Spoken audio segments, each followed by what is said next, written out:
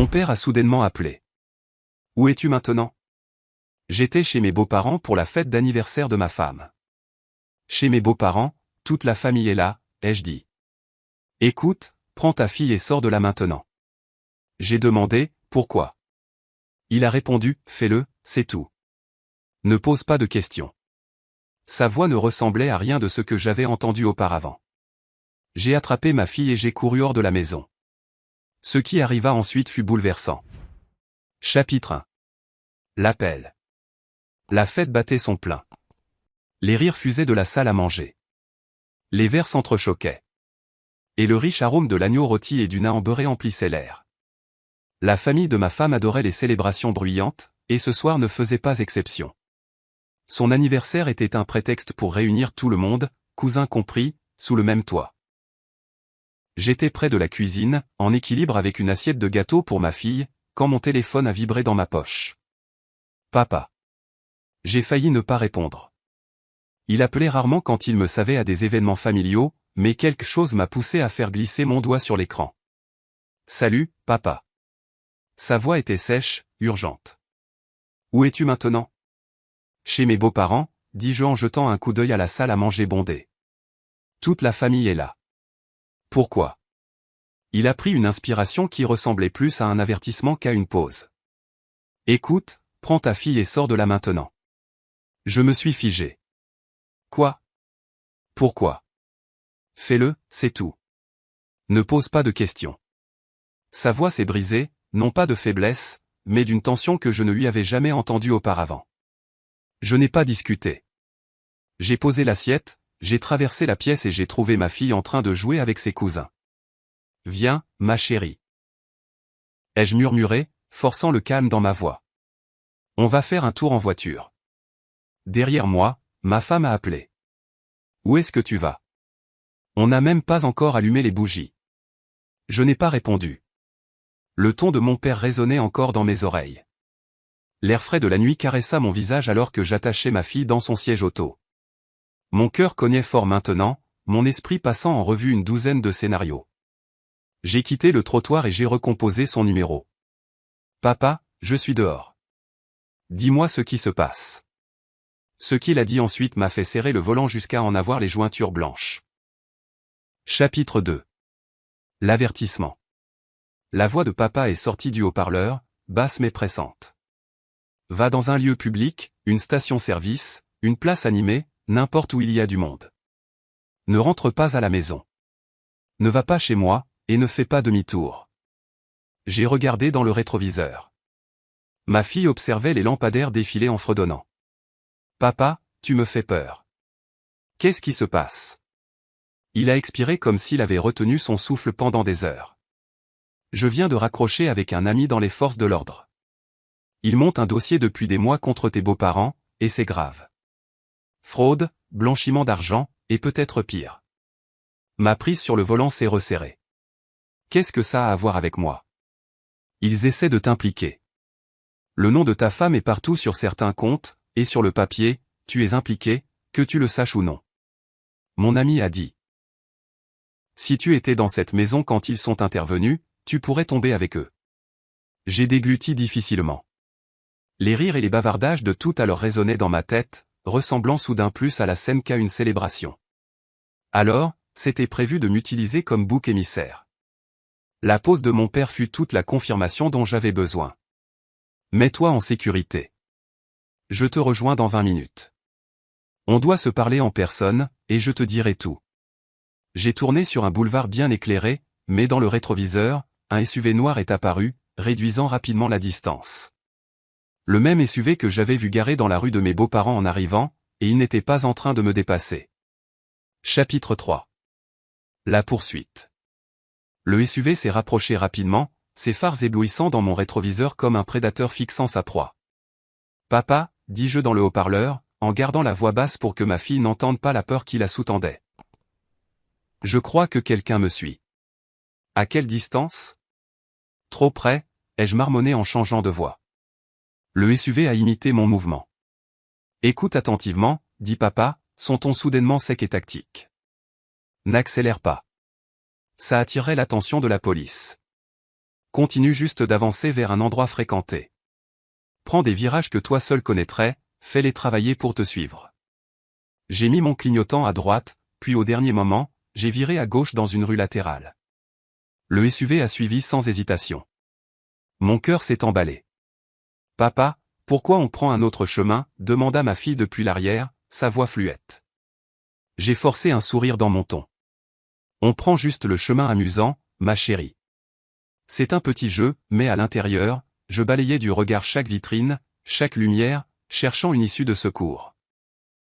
À environ 1 kilomètre, j'ai repéré le Salut, une station-service ouverte 24h24, vivement éclairée, avec un flux constant de clients. J'y suis entré brusquement, m'arrêtant juste sous les caméras de sécurité et les néons. Le SUV a ralenti en passant devant l'entrée. Un instant, j'ai cru qu'ils allaient entrer, mais il a continué sa route, disparaissant dans l'obscurité. J'ai expiré pour la première fois depuis des minutes. « Bien, » dit papa quand je lui ai raconté. « Reste là. J'arrive bientôt. Et quand j'arriverai, tu vas entendre quelque chose qui changera à jamais la façon dont tu vois la famille de ta femme. » Chapitre 4. La vérité. 10 minutes plus tard, le camion de papa est entré dans la station-service, ses phares perçant la lueur fluorescente. Il est sorti rapidement, balayant le parking du regard avant d'ouvrir ma portière passager. « Déplace ta voiture là-bas, sous les caméras, » dit-il en montrant une place plus proche de l'entrée principale. Sa voix était toujours tendue, mais il y avait maintenant une précision contrôlée, comme celle d'un homme qui avait traversé des situations où un faux pas coûtait tout. Une fois ma fille solidement attachée sur sa banquette arrière, papa se tourna vers moi. Il ne faisait pas que la fête ce soir, commença-t-il. Il serrait les rangs. Mon ami de la brigade financière m'a dit que les mandats sont signés.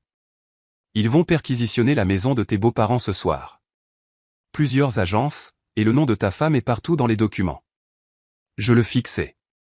Mais je n'ai rien à voir avec tout ça. Ça n'a pas d'importance s'ils peuvent faire croire le contraire, dit-il fermement. Et crois-moi, ils te montaient un coup. Les comptes qu'ils ont utilisés, beaucoup sont des comptes joints de non seulement. Elle a déplacé de l'argent, et la piste mène à toi. Les mots s'installèrent en moi comme de l'eau glacée dans ma poitrine. Papa se pencha plus près. Si tu étais resté là, ils auraient pu placer quelque chose. De l'argent, des documents, même des appareils pour te faire passer pour un participant actif. Tu serais en cellule de garde à vue en ce moment pendant qu'ils démolissent ta vie. J'ai pensé à l'étrange distraction de ma femme pendant la fête. La façon dont son père avait été presque trop amical, remplissant mon verre. Comme par un signal, des sirènes retentirent faiblement au loin. Mon père jeta un coup d'œil dans cette direction. « C'est eux, » dit-il. « Ils interviennent maintenant. » J'ai regardé ma fille sur la banquette arrière, endormie, en sécurité, complètement inconsciente de la catastrophe que nous venions d'éviter de justesse, et j'ai su que ce n'était pas fini. Chapitre 5. La perquisition. Les sirènes devinrent plus fortes, puis se turent brusquement, remplacées par le bruit sourd et distant de portières de voitures claquant et par des ordres aboyés sèchement. Du coin le plus éloigné du parking de la station-service, je pouvais voir le faible scintillement du rouge et du bleu se reflétant dans le ciel, en direction du quartier de mes beaux-parents. Les yeux de mon père ne quittaient pas cette lueur. Ils encerclent la maison maintenant, dit-il doucement, presque pour lui-même. J'imaginais la scène. Des officiers en tenue tactique se déversant sur la pelouse manucurée, leurs bottes crissant sur le chemin de gravier. La porte d'entrée s'ouvrirait sous le poids d'un bélier. Et en quelques secondes, le salon, celui-là même qui était rempli de rire et de champagne quelques minutes plus tôt, se transformerait en une tempête d'ordre et de pas pressés. J'ai appelé un ami qui habitait 2 rues plus loin. Il a répondu à la 2e sonnerie, la voix tremblante. « Mec, chez tes beaux-parents, on se croirait dans un film. Des fourgons de police, des SUV banalisés, des agents qui sortent des boîtes et des sacs. Ta femme est dehors, menottée, en train de se disputer avec un inspecteur. » Mon estomac se serra. Et les enfants, ils sont sortis par une femme policier, calme, mais effrayée. La mâchoire de papa se contracta. Tu vois maintenant pourquoi je t'ai appelé. J'ai hoché la tête lentement. Tous mes instincts me hurlaient d'y aller, de demander des réponses, mais je savais que ce serait le pire geste que je puisse faire. Si l'avertissement de mon père était juste, et à en juger par la situation, entrer dans cette scène aurait pu signifier entrer dans une cellule. Le téléphone vibra dans ma main. Un message de ma femme. Quoi que tu aies entendu, ce n'est pas vrai. Retrouve-moi, s'il te plaît. Je l'ai fixé, un calme glacial s'installant en moi. Je n'ai pas répondu, car après ce soir, je ne marcherai plus jamais aveuglément dans quoi que ce soit. Chapitre 6. Le masque tombe. Le lendemain après-midi, la nouvelle était partout. Les gros titres s'affichaient sur les chaînes locales, une famille d'hommes d'affaires éminents au centre d'une enquête fédérale pour fraude. J'étais assis dans le bureau de mon père, ma fille dans la pièce voisine dessinant avec ma belle-mère, tandis que papa faisait glisser un dossier en carton sur le bureau. Ça vient de Harris, dit-il, son ami de la brigade financière. C'est tout ce qu'ils ont sur tes beaux-parents et ta femme. À l'intérieur, il y avait des pages et des pages de relevés bancaires, de virements et de contrats. Chacun était un petit couteau qui se tordait un peu plus profondément. La signature de ma femme apparaissait sur plusieurs autorisations de comptes offshore. Elle avait été co-signataire sur des transactions immobilières qui n'étaient que des sociétés écrans pour blanchir de l'argent sale. Un onglet du dossier était intitulé « Piéget ». À l'intérieur, j'ai trouvé quelque chose qui m'a glacé le sang. Des accords de prêt falsifiés et de fausses factures de conseil, tous à mon nom, me liant tous directement au réseau de blanchiment. Si la perquisition avait eu lieu avec moi sur place, ils auraient pu prétendre que j'avais été complice depuis le début. Ils allaient te faire porter le chapeau dès que l'enquête se serait trop approchée, dit papa d'un air sombre. Faire de toi le bouc émissaire pendant qu'il disparaissait avec tout ce qu'il pouvait sauver. Une vague de trahison me frappa plus fort que la peur ne l'avait jamais fait. Ce n'était pas seulement de la cupidité. C'était planifié, calculé. Ma femme s'était tenue à mes côtés lors de dîner, m'avait souri à table, avait bordé notre fille, tout en construisant le récit selon lequel c'est moi qui paierais les pots cassés. Je fermai lentement le dossier. Elle pense que je vais encore la protéger, qu'elle peut s'en sortir en parlant. Papa se renversa dans son fauteuil. Alors peut-être est-il temps qu'elle apprenne à qui elle a vraiment affaire. Et à ce moment-là, j'ai su que je ne me contenterai pas de me défendre. Je m'assurerai qu'elle n'ait plus jamais l'occasion de faire une chose pareille à qui que ce soit. Chapitre 7. Préparer le terrain. Le lendemain matin, j'étais dans le bureau de Harris avant même que le café dans sa tasse n'ait refroidi. Nous avons tout revu. Chaque signature, chaque facture falsifiée, chaque compte offshore portant mon nom sans mon consentement. C'est suffisant pour te disculper, dit Harris en tapotant la pile de preuves. Mais si tu penses aller plus loin, nous devons nous assurer que tout est blindé. Elle va se battre pour sa réputation aussi fort qu'elle s'est battue pour détruire la tienne. J'ai hoché la tête. Alors on va rendre ça si hermétique que le combat ne commencera même pas. Première étape, la défense publique. Harris a arrangé pour que je fasse une déclaration officielle par l'intermédiaire du bureau du procureur, précisant que je coopérais pleinement et que j'avais joué un rôle déterminant dans la découverte du complot. C'était sec, formel et parfait. Ça me présentait comme le lanceur d'alerte, pas le suspect. Deuxième étape, le levier civil. Marc, mon avocat, a déposé une action civile préventive en dommages et intérêts contre ma femme, invoquant la fraude, l'usurpation d'identité et l'infliction intentionnelle de détresse émotionnelle. Cette manœuvre a gelé tous les actifs auxquels elle avait encore accès en attendant le procès. Troisième étape, la preuve sociale. Discrètement, j'ai laissé certains amis communs, ceux qu'elle ne soupçonnerait jamais d'être de mon côté, découvrir des bribes de vérité. Les documents du tribunal étaient désormais publics, et il n'a pas fallu longtemps pour que les bonnes captures d'écran commencent à circuler dans les conversations de groupe. Son image soigneusement construite a commencé à s'effriter sans que je dise un mot. Pendant tout ce temps, je ne l'ai pas contactée une seule fois. Pas un SMS, pas un appel. Si elle voulait me parler, elle devait passer par mon avocat. Et à ce moment-là, chaque conversation serait enregistrée. À la fin de la semaine, ces messages étaient passés de la défensive « Tu ne connais pas toute l'histoire » au désespoir « S'il te plaît, pouvons-nous nous voir ?» Mais sa version ne m'intéressait plus. Le piège était tendu. Il ne me restait plus qu'à la laisser y entrer. Chapitre 8. La confrontation. C'est arrivé un mardi après-midi. Je venais de quitter une réunion avec mon avocat quand je l'ai vu debout près de ma voiture sur le parking, les bras croisés, des lunettes de soleil cachant la majeure partie de son visage. « Daniel » dit-elle au moment où je m'approchais, sa voix tendue mais essayant d'être douce. Nous devons parler seuls. Je me suis arrêté à une bonne distance de 2 mètres. Tu connais les règles. Tout ce que tu as à dire passe par Marc. Elle a jeté un coup d'œil autour d'elle, baissant la voix. Ce n'est pas à propos de l'affaire. C'est personnel. Tu dois me croire. Je ne voulais pas que les choses aillent si loin. Je n'ai rien dit, laissant le silence s'étirer jusqu'à ce qu'elle commence à tripoter la lanière de son sac à main. Finalement, elle a lâché le morceau. Ils allaient me faire tomber aussi. J'ai pensé que si je jouais le jeu, je serais en sécurité. Mais quand tu es parti cette nuit-là, ils se sont retournés contre moi. J'ai besoin de ton aide, Daniel. J'ai failli rire, non pas que ce soit drôle, mais à cause de l'audace pure. Tu m'as piégé pour que je porte le chapeau pour des crimes dont tu avais connaissance, et maintenant tu veux que je te sauve. Sa mâchoire se serra. Si tu ne le fais pas, je pourrais leur dire des choses qui te donneraient une mauvaise image aussi. Je me suis approché, juste assez pour qu'elle puisse voir le calme dans mes yeux. Tu veux dire les choses qu'ils savent déjà? Les choses que Harris et le bureau du procureur ont documentées, horodatées et directement liées à toi. Son visage est devenu blême. J'ai sorti une feuille de papier pliée de ma veste et je la lui ai tendue. C'est l'avis de ma poursuite civile contre toi. Fraude, usurpation d'identité et dommages et intérêts. Tu recevras le dossier complet de mon avocat d'ici vendredi.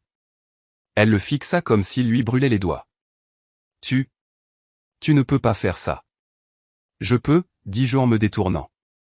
Et contrairement à toi, je ne bluffe pas. Quand j'ai atteint ma voiture, elle était toujours là, debout. Pas la femme arrogante qui m'avait dit un jour que je n'avais pas le choix, mais quelqu'un qui venait de réaliser que toutes les portes qu'elle pensait contrôler venaient de lui être claquées au nez. Et je n'avais même pas encore commencé la phase finale. Chapitre 9. Le coup de grâce. 2 mois plus tard, la phase finale s'est mise en place comme sur des roulettes. Le dossier du procureur contre mes beaux-parents était en béton, et ma poursuite civile contre ma femme avançait sans accroc. Mais je voulais m'assurer que sa réputation, celle qu'elle avait bâtie sur la manipulation et les mensonges, soit irréparable. C'est alors que Harris a appelé. La presse demande la publication des preuves non confidentielles dans ton affaire. Si tu donnes ton accord, le tribunal peut publier les documents. Je n'ai pas hésité. Fais-le. En quelques jours, les chaînes d'information locales ont publié titre après titre, des documents judiciaires révèlent l'ampleur du complot de fraude et la tentative de piéger le mari. Ils ont imprimé des extraits de ses emails, les contrats falsifiés, le plus accablant, ses propres mots discutant de la façon dont elle le ferait passer pour inapte à la garde. Les réseaux sociaux l'ont démoli. D'anciens amis ont publié des histoires à peine voilées sur les gens qui utilisent leurs propres enfants comme monnaie d'échange. Les photos qu'elle affichait autrefois de vacances somptueuses et de cadeaux coûteux sont devenues des preuves de gains mal acquis. Financièrement, elle était acculée. La poursuite civile a gelé ses derniers comptes, et le juge a ordonné des paiements de restitution directement à mon nom une fois ses actifs liquidés. Elle n'a eu d'autre choix que de vendre ses bijoux, sa voiture et même ses meubles pour rassembler le premier versement. La dernière fois que je l'ai vue, c'était au tribunal lorsque le juge a finalisé l'accord. Elle me devait des dommages et intérêts complets pour fraude et usurpation d'identité. Elle était interdite de tout contact en dehors des visites supervisées avec notre fille. Elle était légalement tenue de publier une rétractation publique de ses accusations. En quittant le palais de justice, elle n'a pas voulu me regarder. Pas par honte, je ne pense pas qu'elle en soit capable, mais parce qu'elle savait qu'il n'y avait plus rien à jouer. Mon père attendait dehors, appuyé contre son camion. Quand je me suis approché, il m'a frappé sur l'épaule. Je te l'avais dit, dit-il avec un léger sourire. Parfois, la meilleure vengeance est simplement de s'assurer que la vérité est plus forte que leurs mensonges. J'ai regardé ma fille, riant avec ma belle-mère sur le trottoir, et j'ai réalisé qu'il avait raison. La vérité m'avait libéré et ne lui avait laissé que les décombres qu'elle avait elle-même créés. Épilogue, la liberté gagnée. 1 an plus tard, le chaos semblait appartenir à une autre vie. Les batailles judiciaires étaient terminées. Les paiements de dédommagement avaient commencé à arriver, et le nuage qui avait plané sur mon nom avait disparu. J'étais passé de quasi-bouc émissaire dans une fraude de plusieurs millions de dollars à l'homme qui l'avait dénoncé. La vie était plus simple maintenant, intentionnellement. Mon cercle d'amis était restreint, mes finances plus verrouillées qu'un coffre-fort, et je me concentrais sur ma fille. Elle s'épanouissait, de meilleures notes, plus d'amis, un rire qui revenait facilement. La tension qu'elle ressentait autrefois à la maison avait disparu, remplacée par la sécurité et la routine. Quant à sa mère, aux dernières nouvelles, elle travaillait à temps partiel, vivant dans un petit appartement en périphérie de la ville. La rétractation publique qu'on lui avait ordonné de publier restait en ligne, son nom à jamais lié à l'affaire. Ses anciens amis l'évitaient, et la vie glamour qu'elle avait étalée n'était qu'un souvenir qu'elle ne pouvait ressusciter. Un soir, alors que je regardais le coucher de soleil depuis ma terrasse, mon père m'a rejoint avec 2 tasses de café. Tu sais, dit-il, cet appel que je t'ai passé, c'était de l'instinct. Mais toi, tu as pris l'instinct et tu l'as transformé en justice. J'ai regardé l'horizon, le rire de ma fille venant du jardin. Parfois, dis-je doucement, la meilleure vengeance n'est pas de détruire quelqu'un. C'est de vivre si bien qu'il ne pourra plus jamais t'atteindre. Et c'était la vraie victoire. Pas seulement d'avoir lavé mon nom, mais d'avoir construit une vie qu'elle ne pourrait jamais me prendre. Cette vengeance était-elle parfaitement justifiée? Dites-nous ce que vous en pensez dans les commentaires ci-dessous. Aimez l'histoire si vous pensez qu'elle est justifiée, partagez-la avec quelqu'un qui a besoin de cette énergie. Et abonnez-vous pour d'autres récits époustouflants de trahison et de justice. Car ici, chaque mensonge a son heure de vérité. Et chaque trahison trouve son ombre. Restez vifs, restez forts, et restez à l'écoute.